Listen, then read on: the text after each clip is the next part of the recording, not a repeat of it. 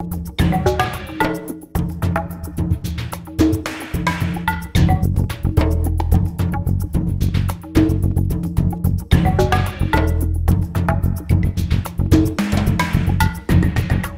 à tous, merci d'être là, merci aux organisateurs de nous avoir proposé cette intervention.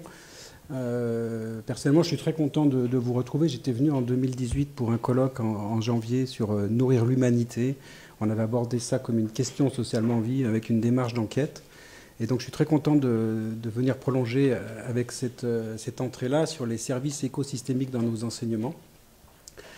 Et vous voyez que notre titre n'est pas particulièrement original par rapport au titre de la journée. On reprend finalement la question des enjeux sociétaux, éducatifs et des stratégies d'enseignement, en considérant cette fois les écosystèmes non pas sous l'angle de leur fonction et des processus écosystémiques, mais bien des services qui rendent. Donc la question des bénéfices que l'homme peut tirer de l'usage des écosystèmes. Alors, personnellement, je travaille à Lyon au laboratoire S2 HEP et je me focalise sur les questions scientifiques socialement vives. Et donc, j'ai le plaisir de travailler pour cette intervention avec Jean-Marc, qui est au LIRDEF. Voilà, donc moi, je suis Jean-Marc Lange et je travaille à l'Université de Montpellier au laboratoire, le LIRDEF, qui est le laboratoire interdisciplinaire de recherche en didactique, éducation et formation. Voilà, c'est aussi, je remercie les organisateurs, les 3 organisateurs à nous avoir invités. Et nous avons décidé, Olivier et moi, de faire une présentation commune parce que nous avons des approches qui sont trop proches et trop semblables pour être différenciées en 2 discours successifs. Donc on a préféré travailler ensemble et faire un exposé commun devant vous. Et ça nous a beaucoup intéressé, en tout cas tous les 2, de travailler ensemble sur cette présentation. Après, vous nous direz votre avis à vous. Oui, voilà, on espère que ça vous intéressera aussi. Donc on a essayé de jouer un peu la question de la complémentarité entre les approches des QSV et puis les approches du curriculum. Et donc on va aborder la question des services écologiques, des services écosystémiques, des services environnementaux. Alors avec cette première image, on retrouve le BO de janvier 2019, donc qui nous réunit, puisque c'est bien dans la spécialité SVT de première qu'on va avoir ça. Alors, ce qui était assez marquant, c'est de voir que le titre du BO, c'est écosystèmes et systèmes environnementaux. Et puis après, il y a un sous-titre qui est à la page suivante, les services des écosystèmes. Alors, on se rend compte qu'en fait, les services environnementaux, les services des écosystèmes, c'est pas forcément tout à fait la même idée. Et donc, on a cherché un petit peu, on a trouvé une étude bibliométrique sur le Web of Science qui montre l'émergence de ces termes. Et donc, on a là un graphique entre les années 90 et 2010. Ce qu'on voit globalement, c'est que ces termes, ils apparaissent en particulier à partir de 97. On commence à les voir dans les publications. Et à ce moment-là, on a les 3 termes. Alors le 3e, c'est service écologique. Et en fait, service écologique et service écosystémique renvoient à la même idée, le bénéfice que les hommes tirent de l'usage des écosystèmes. Par contre, la notion de service environnemental est beaucoup moins développée. On la voit moins dans les dernières publications. On voit que c'est bien service des écosystèmes qui, à partir de 2001, prend la plus large part, et ça correspond effectivement au Millennium Ecosystem Assessment de 2001 à 2005. Alors, les services environnementaux, quand on regarde un petit peu les co-occurrences de mots dans cette étude bibliométrique, on voit qu'ils sont associés à l'idée de paiement. Paiement des services environnementaux, ça pose la question de la compensation. Alors, elle a peut-être été un peu abordée déjà dans la journée, en tout cas, on y reviendra aussi tout à l'heure. C'est plutôt l'idée de la rétribution qui permet de compenser les coûts économiques liés au maintien des services écosystémiques. Donc service environnemental et service écosystémique, c'est à l'origine pensé comme des choses différentes. Alors que dans le BO de 2019, apparemment, il n'y a pas de distinction très nette qui est marquée. Alors, en transition, pour introduire un peu l'ensemble de notre exposé, Il s'agit de réfléchir, c'est ce que nous avons tenté et essayé de faire ensemble avec Olivier, mais de réfléchir ensemble aux implications éducatives, didactiques, mais c'est-à-dire aussi bien sur le plan épistémologique que sur les finalités éducatives, de l'introduction d'un concept de ce type-là et des implications que cela a. C'est-à-dire, ce n'est pas simplement l'introduction d'une idée nouvelle ou d'un concept nouveau, c'est vraiment un changement dans les perspectives éducatives et didactiques qui sont impliquées par cette introduction. Et donc, on va avoir un exposé en 2 temps. Une première partie qui sera plutôt de l'ordre de l'approche épistémologique pour un peu comprendre en quoi il y a changement. Et une deuxième partie qui sera davantage tournée vers la didactique et les stratégies d'enseignement qui peuvent être considérées. En essayant de prendre en compte la tension au départ qu'il peut y avoir entre l'intention d'objectivité classique de l'enseignement de sciences qui vise la neutralité et l'apport de connaissances universelles qui peuvent être transférées dans différents contextes, et puis la subjectivité inhérente à l'idée qu'un écosystème produit des services qui répondent à des besoins. La notion de besoin est par nature subjective. Et donc il y a une tension là, très claire, entre l'objectivité et la subjectivité, qui amène à penser les services écosystémiques aussi sous l'angle d'approche multi-agents. Et donc on va avoir des développements autour de leur dimension politique. Alors, dans le premier temps, approche plutôt épistémologique qui nous conduit à considérer les services des écosystèmes comme des objets de délibération.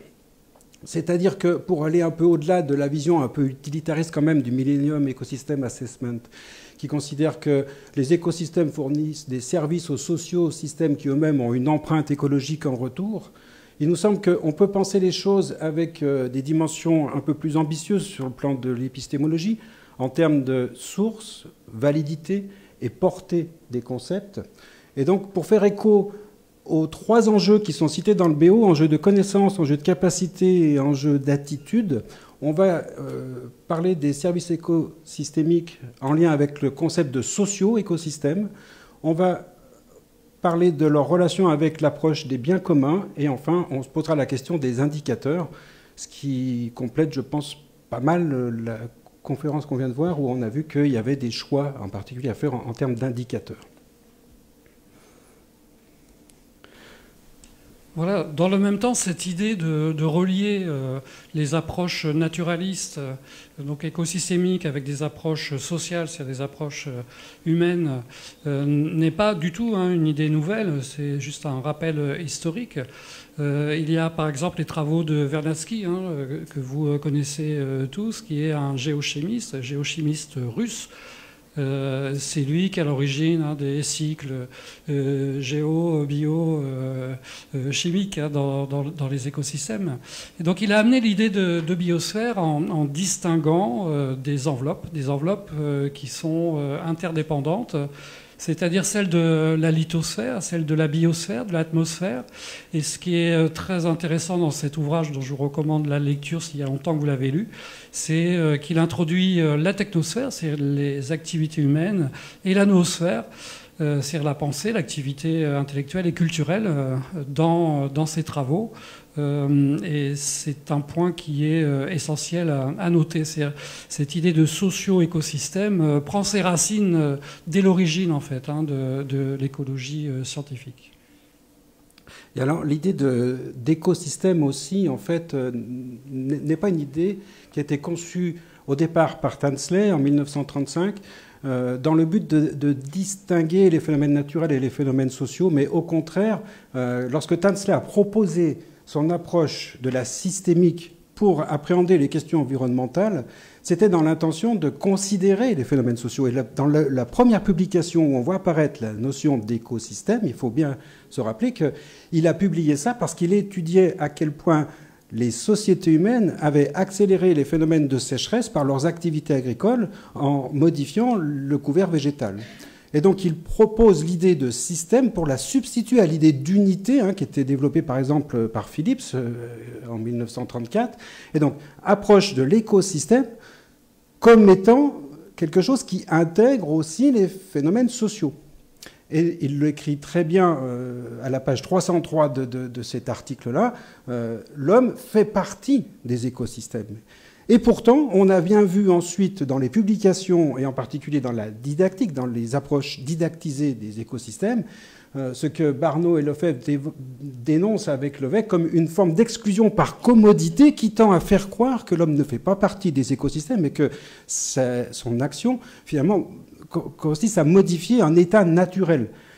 Ce n'est pas du tout dans cette distinction-là que Tansley avait pensé le concept d'écosystème au départ. Alors en fait, cette idée de socio-écosystème, on la trouve dans différentes approches, aussi bien en économie qu'en géographie par exemple, avec le concept d'anthroposystème, de socio-écosystème en 2003, d'éco-socio-système en 1998 en agronomie. On a donc tout un ensemble de réflexions qui finalement consistent à définir l'échelle d'études. Et donc la question des services des écosystèmes, il nous semble pertinent et cohérent de la considérer comme à l'échelle d'études propre à l'écologie, supérieure à celle de l'écosystème, mais bien une échelle qui intègre des écosystèmes dans des sociosystèmes. Avec donc ce schéma qu'on vous propose là de Crouza en 2017, où on voit des services des écosystèmes, mais c'est intéressant, elle le signale, alors qu'on ne le retrouve pas dans les publications du Millennium, il y a aussi des desservices. Les écosystèmes ne produisent pas que des services, mais peuvent aussi produire des desservices qui vont donc être à l'interface entre les écosystèmes et les sociosystèmes, avec peut-être ici ce qu'on pourrait appeler du coup les systèmes, les services environnementaux, pour revenir à ce qu'on disait dans l'étude bibliométrique de tout à l'heure.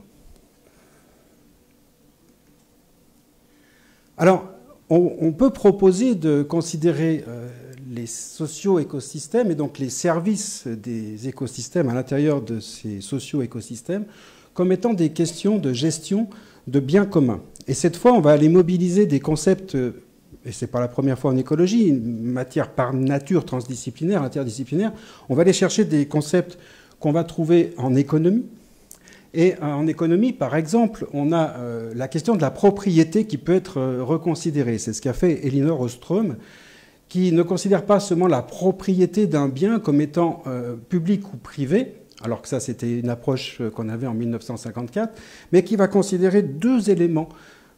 D'une part, la rivalité dans la consommation, c'est-à-dire une forme de compétition pour l'usage d'un bien, et d'autre part, la capacité qu'on aurait ou pas à exclure l'autre de cet usage. Si on considère ces deux éléments-là, au-delà de la notion simple de propriété, alors on n'aura pas une opposition dichotomique, mais on va avoir du coup 4 cases. Et c'est ce qui est intéressant. On va avoir par exemple ici pour des biens pour lesquels il n'y a pas de compétition, mais pour lesquels il peut y avoir une exclusion, on aura des biens que Buchanan a appelés des biens dits de club. Alors un exemple récent, ça serait, par exemple, Netflix. Je peux consommer du Netflix sans pour autant que ça prive un autre de cette consommation. Mais par contre, pour consommer, je dois payer. Donc il y a bien exclusion, sans rivalité. Dans le cas d'un bien privé, il y a exclusion, clairement, et il y a rivalité. Dans le cas d'un bien public, par exemple l'éclairage municipal, il n'y a ni exclusion ni rivalité. Ce n'est pas parce que je consomme de l'éclairage municipal qu'un autre va en être privé. Et donc on voit qu'on a une case ici qui n'est pas encore remplie, et c'est celle qui nous intéresse en fait, c'est celle des biens communs. Alors Elinor Ostrom, elle propose de considérer non pas oui-non, mais plutôt un gradient dans la rivalité ou dans l'exclusion, et elle considère les biens communs comme étant des ressources en propriété commune pour lesquelles on aura une forte rivalité, une forte compétition, mais une faible capacité d'exclure l'autre. Ce qui l'amène à considérer, bien entendu, que ce qui se joue à ce moment-là, ce sont les règles d'usage. Et il nous semble que c'est bien de ça dont on parle quand on va parler de la gestion des services des écosystèmes, c'est les règles d'usage. Et ce qu'elle a montré, Elinor Ostrom, donc prix Nobel d'économie en 2009 avec ses travaux, elle a montré qu'il y avait une troisième voie entre la gouvernance par l'État ou la gouvernance par le marché. Cette troisième voie, c'est la gouvernance par des collectifs qui s'auto-organisent et qui sont capables eux-mêmes de définir par la délibération les conditions d'usage de ces biens communs.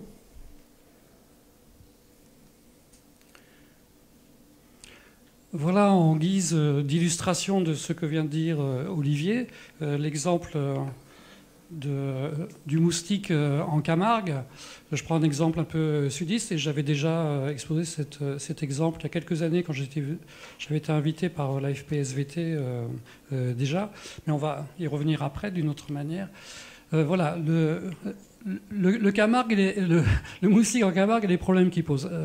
La première chose à distinguer, c'est qu'il y a deux Camargues. Il y a la grande Camargue, celle dont on a l'image, hein, le Gardian, les chevaux blancs, les taureaux noirs et puis les flamants roses, etc. Donc ces écosystèmes bien particuliers, mais qui font partie en fait d'un bien commun des Camarguais, puisque ce sont des aménagements humains. Toutes ces zones-là sont des polders aménagés sur l'espace du delta du Rhône.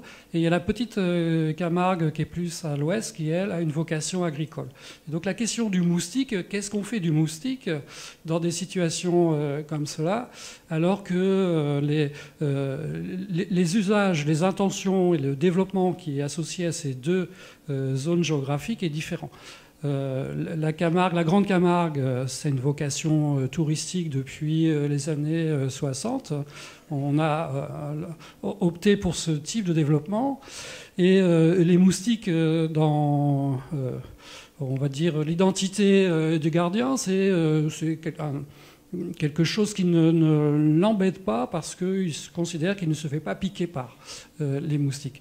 Par contre, les touristes parisiens ou les gens du Nord, etc., qui débarquent en Camargue, se retrouvaient assaillis dans les années 60-70 par des nuées de moustiques.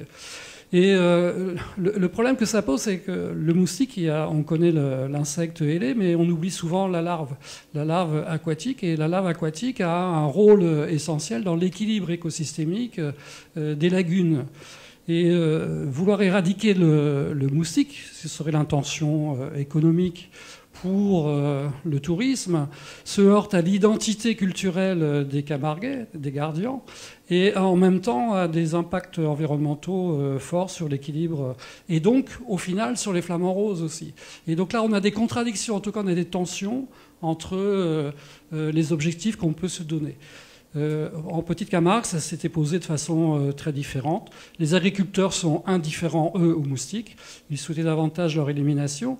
Mais pour les éliminer, on utilisait des insecticides de type DDT et autres. Or, l'évolution de l'agriculture, c'est le riz, essentiellement. Le riz avec une orientation bio telle qu'elle est réclamée actuellement n'est pas compatible avec ce traitement. Et donc voilà, et typiquement là on a une tension, un problème de gestion. Que fait-on du moustique? Comment le traite-t-on? Comment le prend-on en compte dans le développement et l'approche de ces écosystèmes, ces socio-écosystèmes très particuliers? Donc ce sont des approches interdisciplinaires qui ont pu montrer qu'il s'agissait en fait, de socio-dynamique. Il y a un traitement social du moustique à prendre en compte pour comprendre les fonctionnements locaux. Et c'est bien cette dimension sociale et naturaliste, écosystémique dans le sens classique, qui est ici à prendre en compte pour illustrer ce que disait Olivier précédemment. Parce qu'en fait, on se rend compte que du coup, on peut considérer que la prise en charge, la prise en compte des services des écosystèmes dans des approches qui dépendent aussi de l'identité culturelle, de facteurs donc, du contexte social, c'est aussi l'approche des choix. Et des choix qui vont porter par exemple sur la nature des services écosystémiques qu'on choisit de privilégier ou de mettre en avant ou pas. Alors on a un deuxième exemple sur lequel on reviendra aussi dans la deuxième partie, qui nous permet d'illustrer le fait que cette réflexion-là, elle doit se faire à plusieurs dans la délibération, dans ce qu'on va appeler des systèmes multi-agents. Alors, vous reconnaissez, donc dans la salle, on a des naturalistes, donc je ne vais pas revenir sur le mécanisme d'eutrophisation des lacs. C'est ce qui est illustré par ce petit dessin. Et donc, l'idée, c'est de se poser la question de la gestion. Alors, si on prend l'exemple ici qui est présenté par Couvet en reprenant les travaux de Gunderson et Holling, on voit qu'à un moment donné, il y a délibération parce qu'il faut trouver un compromis. Donc le gestionnaire va essayer de considérer, là on a simplifié le système, on va considérer des agents qui seraient d'un côté des agriculteurs, de l'autre côté des touristes ou des pêcheurs. Et l'idée, ça va être de gérer des compromis. Alors compromis par exemple, concernant la quantité autorisée d'apport exogène en phosphate dans le bassin versant de ce lac. Et on va pouvoir l'étudier en fonction de la teneur en phosphate de l'eau. En phosphore dans l'eau, pardon. Et donc ici, on peut imaginer dans cette modélisation un premier compromis. Donc on va avoir une délibération, une négociation, et puis on va se fixer sur le seuil A2 autorisé maximum d'apport exogène en phosphate. Ce seuil est en fait un seuil qui n'est pas très adapté à ce type d'écosystème, parce qu'en fait, ce qui se passe, c'est que on est à un seuil assez élevé, et donc sans changer les apports exogènes en phosphate, il suffit d'un événement climatique, par exemple une sécheresse, on va avoir moins d'eau, et donc on va avoir un phénomène de concentration, et on risque de se retrouver avec une augmentation de la teneur en phosphate, même si on n'a pas augmenté les apports exogènes, et on peut sombrer à ce moment-là dans un phénomène d'eutrophisation, qui va automatiquement générer une renégociation d'un second compromis. Second compromis, on va redescendre le seuil au niveau A1, plus bas, et ça va permettre peut-être de retrouver un système un peu plus résilient. Mais ce qui a été intéressant, c'est que dans l'étude de Gunderson et Holling, ils ont montré qu'en fonction du temps, quand le temps passe, on oublie qu'il y en a eu un épisode d'eutrophisation et que quelques années ou quelques dizaines d'années plus tard, on a tendance dans les négociations à retourner vers le seuil A2.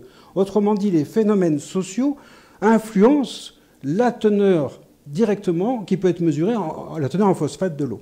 Et donc, c'est dans ce type d'approche-là qu'on peut intégrer la question des socio-écosystèmes pour considérer les services de ces écosystèmes. Donc, des seuils à négocier. Mais des seuils de quoi? Des seuils d'indicateurs. Et alors, on peut se poser aussi la question des indicateurs qu'on va choisir, puisqu'on veut avoir déterminé des services écologiques qu'on veut privilégier, on va avoir déterminé des seuils, mais des seuils d'indicateurs. Alors, par exemple, ici, on a sur cette approche-là des effets de la biodiversité sur la santé, dans cette publication.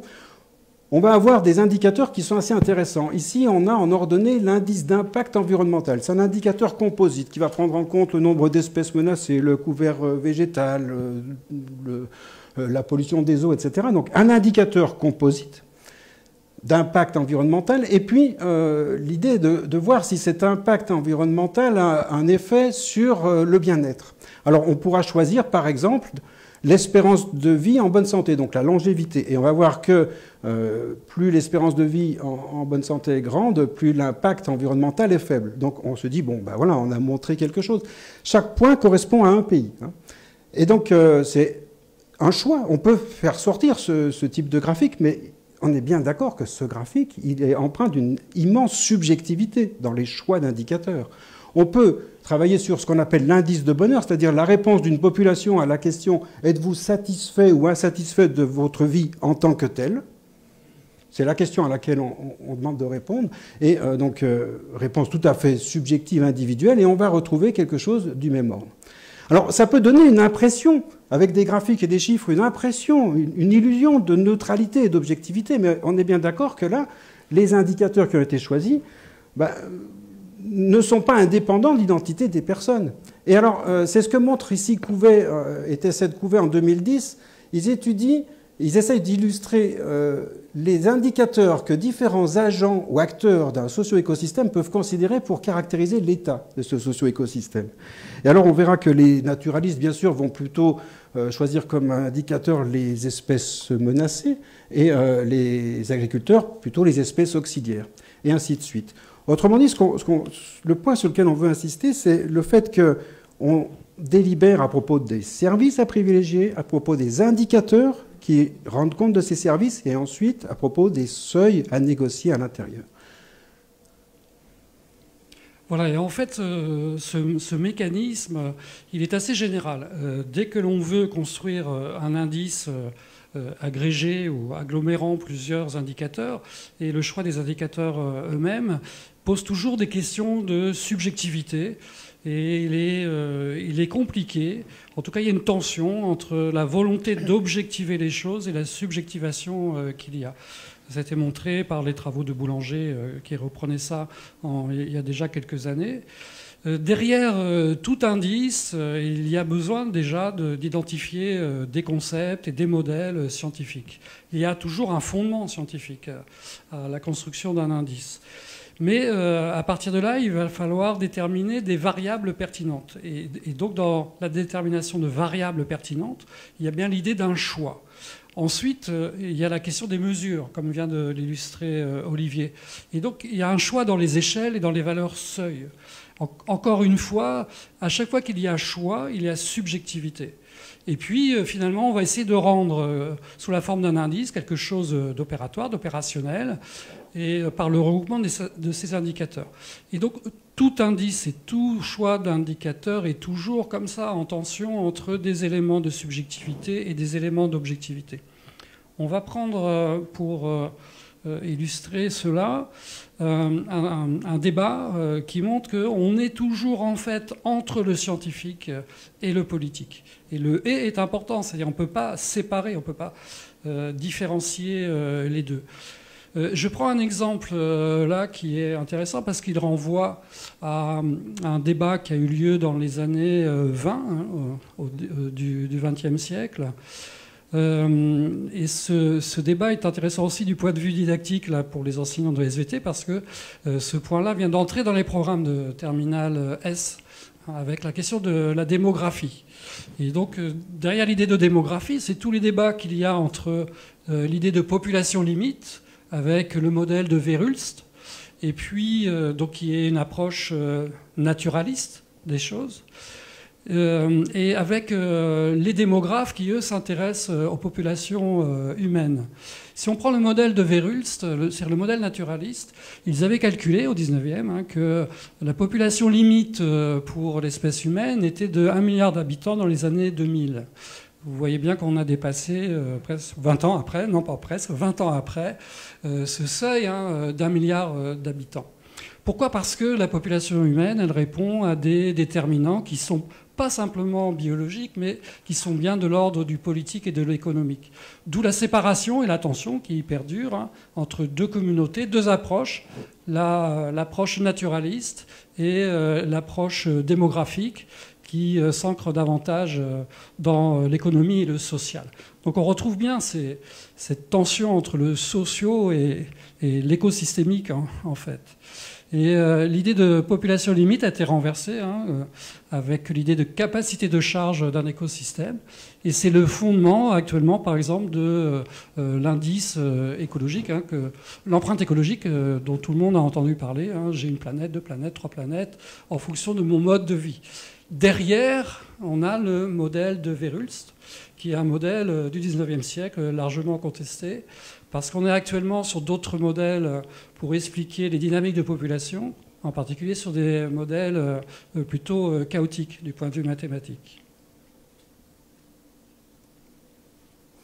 Alors, sur cette image-là, on retrouve le schéma classique, j'imagine que vous l'avez vu dans la journée, qui présente les 4 types de services écosystémiques proposés, la classification proposée par le Millennium Ecosystem Assessment. Et puis, dans la partie bleue, on a les indicateurs, les éléments qui permettent d'objectiver plus ou moins la question du bien-être. Et en fait, ce qui est intéressant, c'est de voir que déjà, à l'époque, il s'était dit, on va tracer des flèches qui permettent de relier les deux, le service écosystémique par rapport au bien-être humain, avec des flèches dont ils se disent l'intensité, enfin, la largeur pourrait être proportionnelle à l'intensité de l'effet d'un service sur le bien-être. Et donc, on continue avec cette approche-là de mettre en avant les choix et la subjectivité inhérente à cette approche-là, avec une idéologie vraiment derrière, qui est celle de service et d'usage. On tire profit et on considère donc l'environnement naturel comme un gisement de ressources. Mais en fait, ce gisement de ressources, on peut aussi le considérer comme un espace d'interaction sociale. Et c'est ce que propose, par exemple, Wallace en 2007, quand il suggère un cadre qui permet de penser les services par rapport à l'identification des valeurs. Alors, je pense que dans la matinée, vous avez vu quelque chose sur les valeurs des écosystèmes, donc l'idée n'est pas de revenir là-dessus, mais simplement de repréciser que la question de la valeur, c'est pas seulement la valeur de l'usage, ça peut être aussi de la valeur de non-usage, qui peut éventuellement être mesurée par une forme de consentement à payer pour le maintien d'un écosystème dans son état, même si on ne s'en sert pas. En tout cas, ce qui ressort de tout ça, et c'est la fin de notre partie sur l'épistémologie sur la source, la validité et la portée de ce concept de service des écosystèmes, c'est que finalement, on ne peut pas aborder ça sans aborder la question du dialogue entre personnes qui viennent d'horizons différents, des scientifiques, des experts, des politiques, des citoyens, etc. Et donc la question du partage de connaissances, de points de vue et de valeurs, au moins de l'explicitation de tout ça. Alors ça nous amène à la deuxième partie, comment on en fait des objets d'enseignement, comment on peut éventuellement scolariser tout ça. Et pour ça, on a choisi un schéma ici, donc Cruza 2017, qui est un peu déroutant pour des naturalistes, j'imagine, parce qu'en gros, il est sur une logique économique. C'est-à-dire, en haut, vous avez l'offre, les services des écosystèmes, en bas, la demande, le bien-être humain. Et alors, ce qui est intéressant dans ce schéma, c'est que finalement, entre les deux, ce qu'on voit, c'est que si les services des écosystèmes sont des objets de délibération, on peut se poser la question, de quoi on délibère? Eh bien, on va délibérer, en fait, de ce qu'on va retenir dans l'offre en fonction de la demande. Et alors, ça nous amène à considérer que, bien entendu, il y a une nécessaire maîtrise de connaissances, de démarches, de concepts scientifiques sur les processus écosystémiques, mais qu'il y a aussi des choix de gestion, qu'il y a aussi des discussions sur les préférences individuelles. Et donc là-dedans, on va trouver toutes les dimensions qui peuvent peut-être être mobilisées lorsqu'on approche ce concept-là en étant cohérent avec son émergence.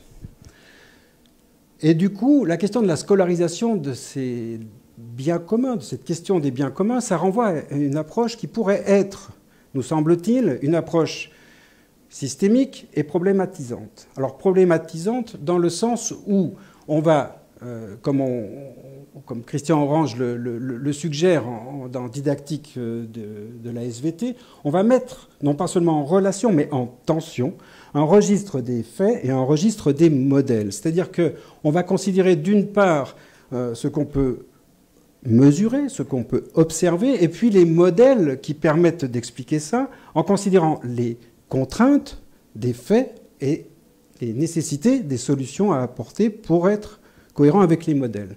Ça, on sait le travailler, on apprend à le travailler quand on est sur des approches en SVT, et la question que nous posent les services des écosystèmes, c'est de dire, et là je reprends les travaux de Schröm, ces services des écosystèmes, Schröm nous a montré que on pouvait les considérer comme étant au cœur des socio-écosystèmes. Et elle a bien montré que pour travailler sur ces questions-là, ce qui est important, c'est la coordination des acteurs. Du coup, on est bien à la fois sur une problématisation scientifique et politique. Alors, on s'est tourné vers la publication de Ralph Levinson qui s'intéresse à la question de l'éducation scientifique et à la participation démocratique et des interactions entre les deux, pour essayer d'en dégager 4 modèles d'éducation scientifique et à la participation démocratique. Alors les modèles qui sont indiqués ici en bleu en haut, ce sont les termes de Ralph Levinson, et puis on les a un peu adaptés dans notre traduction, en se disant finalement on peut considérer ces 4 modèles en fonction de ce sur quoi portent les investigations qu'on va soumettre aux élèves, la manière d'appréhender les savoirs et les objectifs visés. Alors en SVT, on est assez clair, lorsqu'on va travailler les processus écosystémiques, on va essayer de travailler sur des savoirs scientifiques stabilisés, en essayant de viser une forme de neutralité, des savoirs qu'on pourra transférer d'un écosystème à l'autre, et en visant, et c'est clairement marqué dans le BO de 2019, la maîtrise de résultats et de méthodes scientifiques. Mais en même temps, si on va voir à l'autre extrémité du gradient, on peut aussi avoir un modèle qui va considérer pas seulement des savoirs stabilisés, mais aussi des savoirs dont il faut mesurer le domaine de validité, parce qu'il y a une vivacité sociale. On va considérer ces savoirs pas forcément dans ce qu'ils ont d'universel, mais aussi dans le contexte de leur émergence. Et on va, non pas à ce moment-là, viser simplement la maîtrise de résultats et de méthodes de la science, mais aussi l'engagement dans l'action collective et la participation aux débats sociaux. Alors, ce tableau, il nous semble assez intéressant à utiliser pour lire le BO et pour essayer d'envisager différents types de stratégies d'enseignement et d'activités à proposer aux élèves. En particulier parce qu'il pose la question de l'engagement. Voilà, et donc l'enseignant de SVT va se retrouver confronté par l'introduction de ce type de concept à un changement dans ses perspectives professionnelles et ses pratiques, parce qu'il s'agit là de passer d'une appropriation de savoir, ce qui est la base et en même temps la mission première d'un enseignant en sciences, mais il va falloir aussi amener finalement à ce que chacun des élèves puisse se faire sa propre opinion, mais fondée en raison, cette fois, et non pas simplement dans la subjectivité de l'opinion.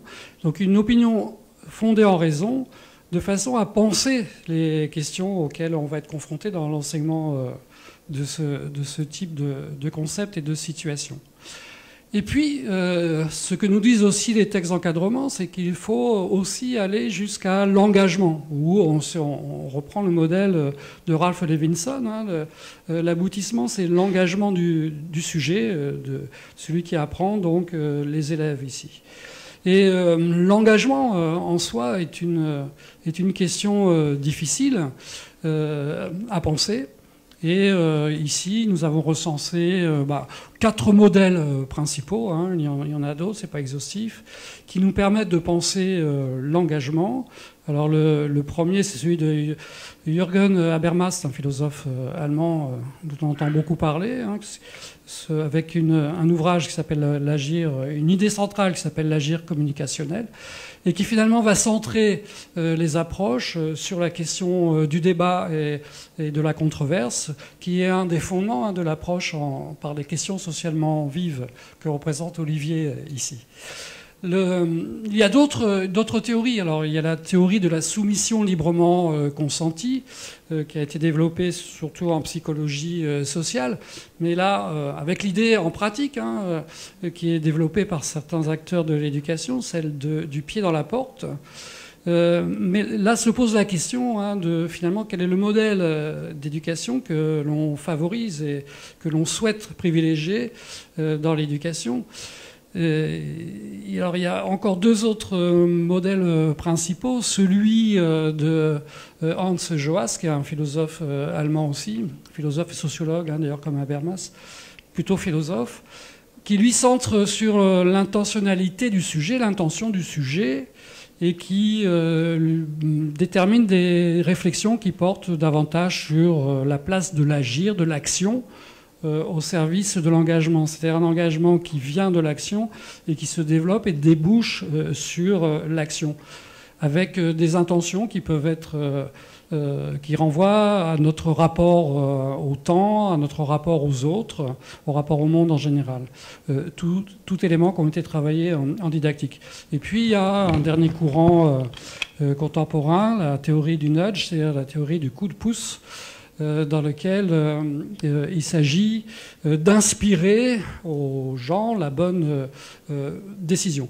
Donc on voit que cette idée d'engagement, elle est compliquée. On est sur une espèce comme ça de ligne de crête idéologique. Et on a besoin de penser les choses en se fixant une finalité, c'est-à-dire quel type d'éducation on veut. Et nous deux, nous privilégions Habermas et Joas parce qu'elles sont complémentaires et parce qu'elles sont compatibles avec l'idée émancipatrice de l'éducation et non pas manipulatrice des personnes en face desquelles on a. Voilà, donc ces questions ne sont pas simples. Alors on va, pour continuer, prendre quelques exemples pour illustrer d'un point de vue plus pratique et éducatif, d'enseignement, tout ce que l'on vient de dire. Et donc nous allons prendre 4 exemples. Le premier, c'est Olivier qui va continuer avec le lac Léman. Alors l'idée, c'est pas de proposer des activités pour les élèves, c'est de revenir sur des choses qu'on a vues dans la première partie, et d'essayer de comprendre comment ça peut être, entre guillemets, didactisé ou transposé dans une approche pas terminée. Hein. Le but n'est pas de finir, d'arriver jusqu'à l'activité, mais comment on peut donner à voir toutes ces dimensions qui nous paraissent essentielles dans l'approche des services des écosystèmes. Alors, j'avais tout à l'heure l'exemple de Gunderson et Holling avec l'eutrophisation d'un lac, qui était un exemple abstrait, un peu théorique. On peut travailler, ici j'ai récupéré sur ce site-là du gestionnaire du lac Léman, de l'organisme qui gérait le lac Léman, des éléments qui peuvent par exemple permettre de travailler la question des processus écologiques. Et donc là on a des informations sur l'eutrophisation et puis le rôle du phosphore dans la transformation du lac. Mettre ça en relation avec des réflexions qui donnent à voir des usages du lac. Ici, on en cite 3, l'eau potable, la baignade, la ressource piscicole. Bien entendu, on peut ajouter à ça le bassin versant autour, puisqu'il y a la question des intrants dans l'agriculture. Et donc, ça nous amène à imaginer qu'on peut travailler sur un certain nombre d'indicateurs. Alors ici, les indicateurs qui ont été choisis sur la période sont les espèces indigènes. Et donc on a ici les populations de brochets, d'omble chevalier, de truites lacustres, de perches. Et on a aussi un autre indicateur qui est la quantité de phosphore, la concentration en phosphore dans le lac. Alors, ce qui est assez intéressant, c'est de lier ça à des négociations, des délibérations qui ont été menées à propos d'un indicateur particulier. Si je prends le cas du phosphore, vous voyez ici la ligne verte correspond à l'objectif à atteindre d'après le gestionnaire pour pouvoir limiter la croissance des algues dans la couche superficielle. Et donc il faudrait atteindre ce niveau-là. Et alors on a ici les mesures et puis ce qui est indiqué en noir, c'est assez intéressant parce que ce sont des actions qui ont été socialement décidées. Et donc on a la mise en place de stations d'épuration qui vont extraire de plus en plus les phosphates, mais on a aussi, et surtout, j'ai trouvé ça intéressant et à la fois amusant, le lac étant transfrontalier, on a une norme en Suisse qui interdit les phosphates dans les lessives, et on voit qu'à partir du moment où cette interdiction est mise en place en Suisse, on a effectivement, semble-t-il, un effet sur la concentration en phosphore, mais attention, ne réduisons pas ça non plus à une relation monocausale. Mais ce qui est intéressant, c'est de voir qu'il a fallu attendre à peu près 8 ans pour que la même interdiction soit adoptée en France. Et donc il y a bien des jeux de contexte socio-culturels qui interviennent. Et du coup, on voit qu'on se rapproche de l'objectif. Ici, on est en 2010. Et le tout peut être envisagé dans une approche complexe parce qu'on va avoir, ici, regardez, c'est en 2012, des pêcheurs suisses qui regrettent le phosphore et qui se plaignent de la disparition du phosphore dans l'eau parce que ce phosphore alimentait le plancton qui permettait aussi de générer un flux dans les pyramides alimentaires. Et donc on voit qu'on peut penser les choses en termes de système, mais on peut illustrer ça pour retrouver la dimension multi-agent de ces approches-là. On peut aussi penser la complexité dans la durée. Comme l'indiquait tout à l'heure la diapo sur les compromis, il faut les renégocier en permanence. Voilà un deuxième exemple par rapport aux politiques environnementales telles qu'elles sont conduites en France depuis des lois qui remontent déjà maintenant aussi à quelques temps et qui restent valides. La stratégie nationale environnementale, elle repose sur trois concepts clés. L'idée de éviter les dégradations au maximum, en ce qui concerne l'environnement et la biodiversité en particulier.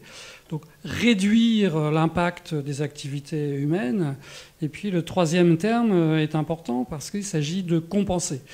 Et les réglementations actuelles, en particulier la loi sur la biodiversité, votée en 2016, privilégie l'idée de compensation. L'idée de compensation, ça veut dire que on pourrait, dans un lieu ou un espace géographique donné, pouvoir compenser la perte de biodiversité qu'il y a eu ailleurs suite à des activités humaines.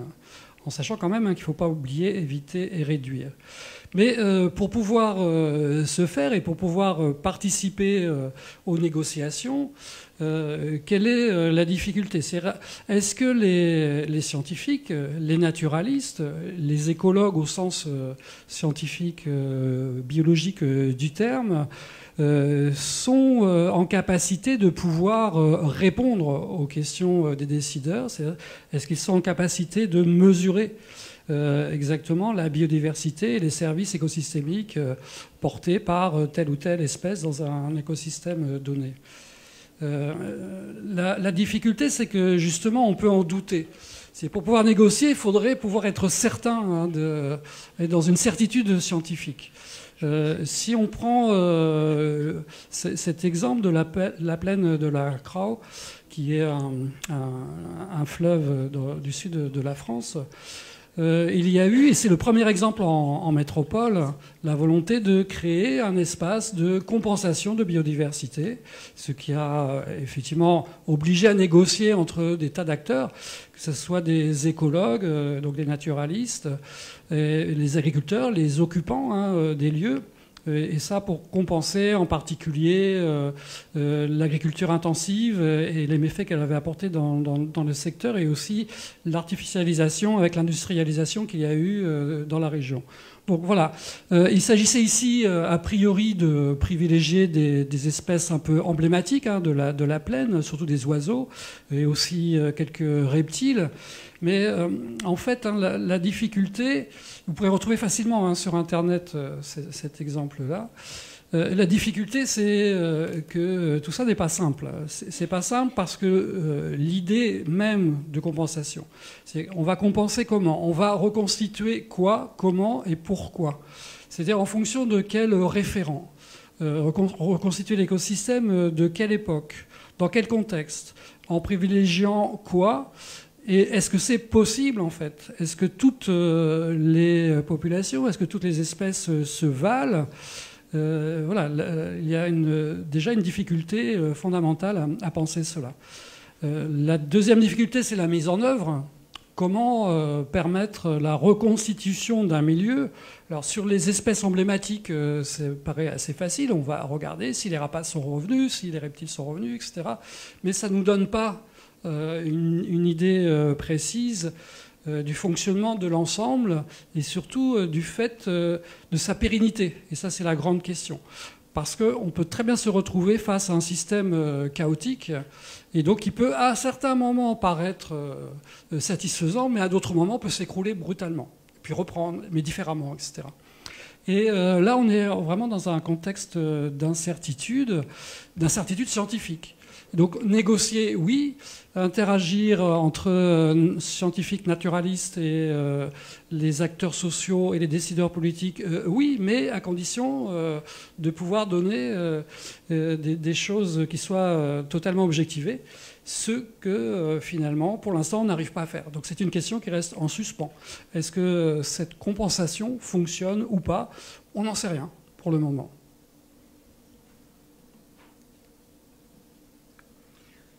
Voilà, un deuxième exemple qui continue l'exemple de tout à l'heure sur les moustiques camarguais. C'est là aussi, c'est l'invasion dans le sud de la France. Vous avez la carte en rouge qui montre les départements qui sont touchés par une nouvelle espèce de moustique, qui est le moustique tigre, qu'on reconnaît parce qu'il est tigré, tout simplement. Il a des bandes. Il est en photo, là. Et qu'est-ce que dit le Haut Comité de la biodiversité à ce propos ? Eh bien, c'est qu'il y a vraiment un problème et une tension entre plusieurs points de vue. Si vous prenez le point de vue médical, biomédical, le monde médical va dire quoi ? Ces moustiques sont des vecteurs de maladies. Certaines maladies sont plutôt compliquées à gérer. Et on sait maintenant que les gens, ça s'est prouvé l'été dernier, donc c'est assez récent, que des gens porteurs de chikungunya, par exemple, n'étaient pas forcément des voyageurs, mais avaient attrapé localement cette maladie. Voilà. Alors, là, on pourrait se dire, bon, eh bien, on va éradiquer le moustique pour éviter les problèmes sanitaires. Autre tension aussi, c'est avec toujours le tourisme, parce que tous les efforts qui ont été faits sur les moustiques locaux camarguais de tout à l'heure, ils sont en train d'être battus en brèche par l'irruption de cette nouvelle espèce dans ces zones géographiques. Voilà. Alors, il existe des moyens de lutter, mais aucun pour l'instant ne donne une satisfaction totale. Et on peut se demander si, parce que là il y a aussi des techniques qui existent, des techniques biologiques, par le forçage génétique, on peut éliminer une espèce. Mais quel est l'impact environnemental? On n'en sait rien. Est-ce que ces mécanismes ont des risques de dispersion spécifiques? Il semblerait que oui, parce qu'il y a des exemples un peu fâcheux actuellement là au Brésil, alors que les expériences ont été tentées, hein, car il y a des sociétés qui prennent en charge ce genre de techniques.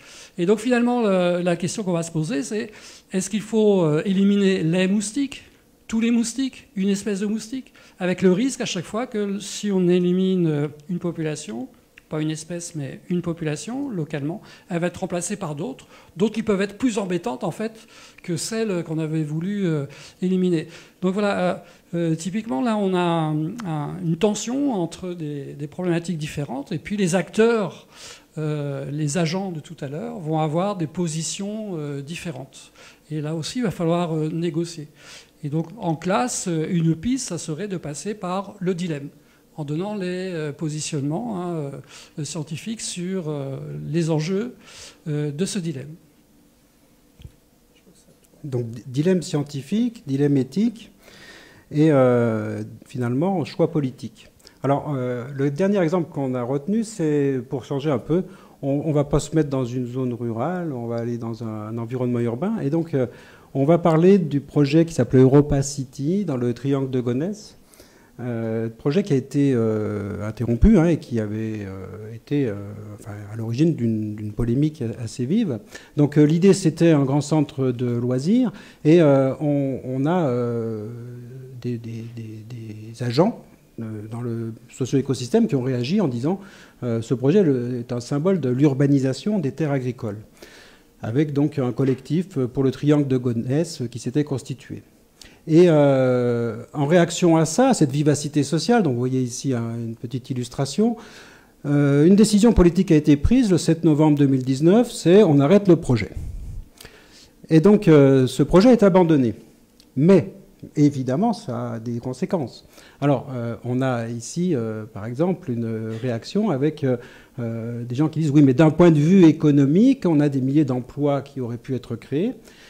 Et du coup, cette étude-là, elle renvoie à un travail de la Commission nationale du débat public qui montre bien qu'on est dans un objet de délibération, et ça peut permettre aussi à des élèves de savoir ce qu'est la Commission nationale du débat public et à quoi elle sert.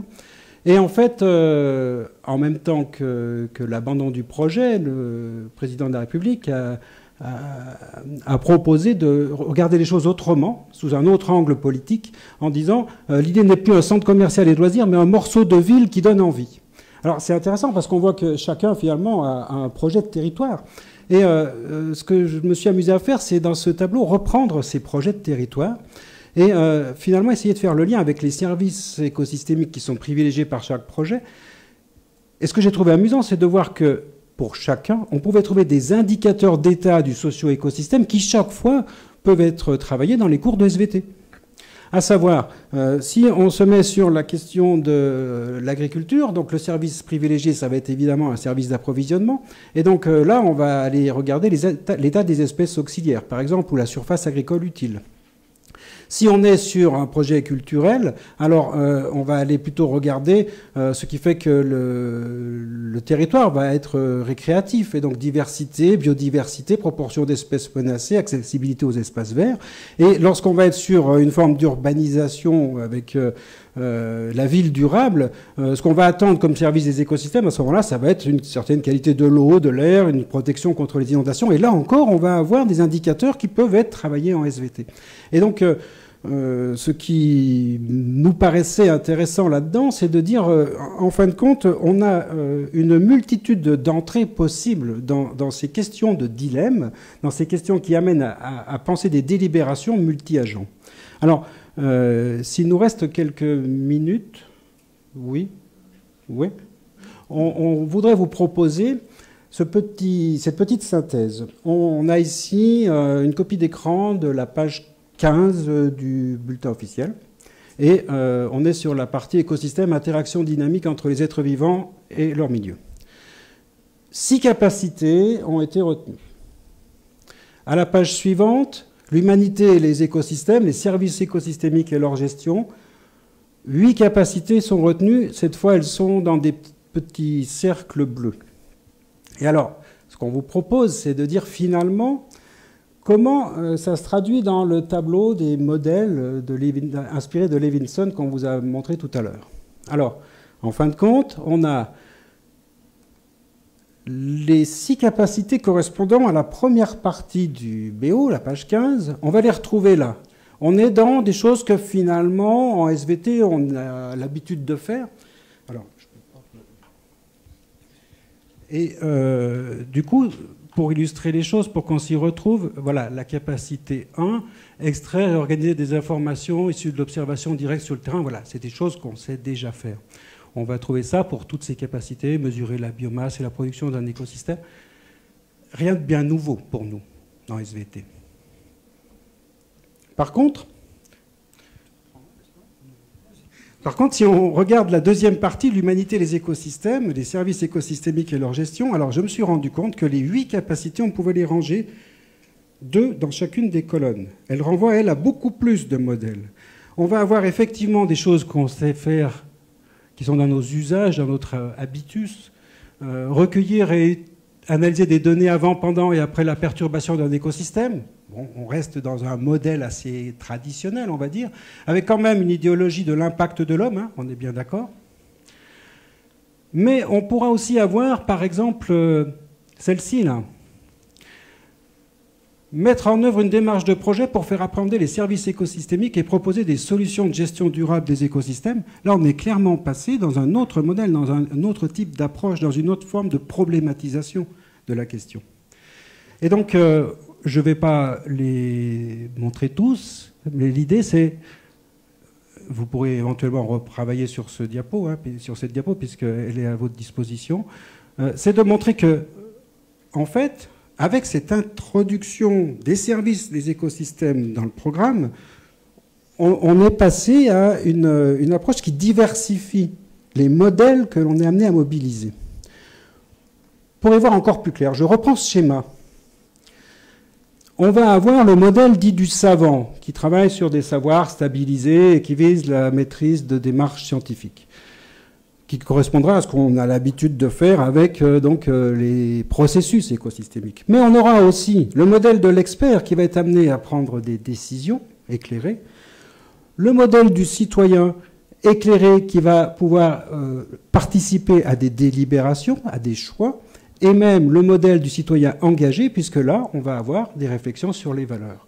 Et chaque fois, on retrouve les numéros des capacités par référence à celle du BO.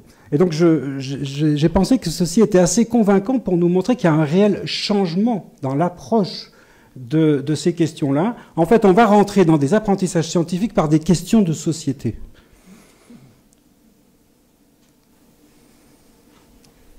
Voilà ce qui nous amène à la conclusion de notre exposé.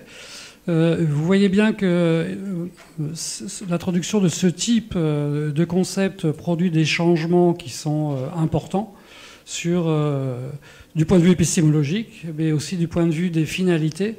Et bien sûr, il faut penser les sciences de la vie et de la Terre comme étant une contribution à la compréhension des enjeux qui sont posés dans cet ensemble plus vaste que la seule dimension, que je vais dire naturaliste pour simplifier.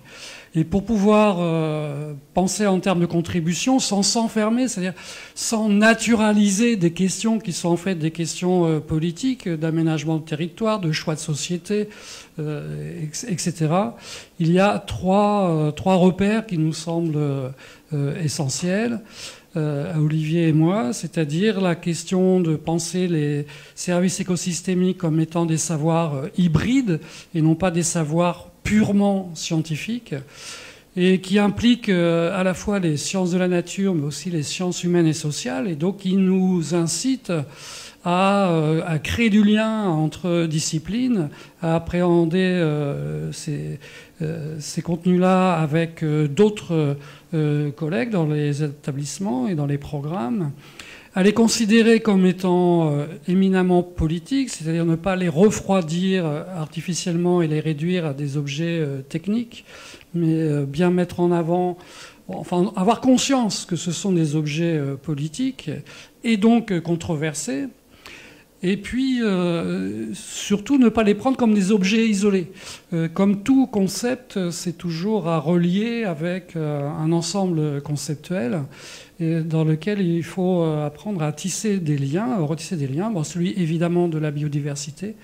Mais il y a à la fois un concept et une méthode qui est très en usage actuellement. C'est la question du niveau d'irremplaçabilité des populations et des espèces, et qui, par des techniques de cartographie, permettent de dresser sur un territoire donné, et c'est en train d'être fait pour la France, les mailles d'irremplaçabilité des espèces et de la biodiversité sur les territoires. Et on s'aperçoit, par exemple, que lorsque les mailles se resserrent, ça veut dire que là, il y a des populations, des espèces animales ou végétales qui ont un niveau d'irremplaçabilité beaucoup plus élevé.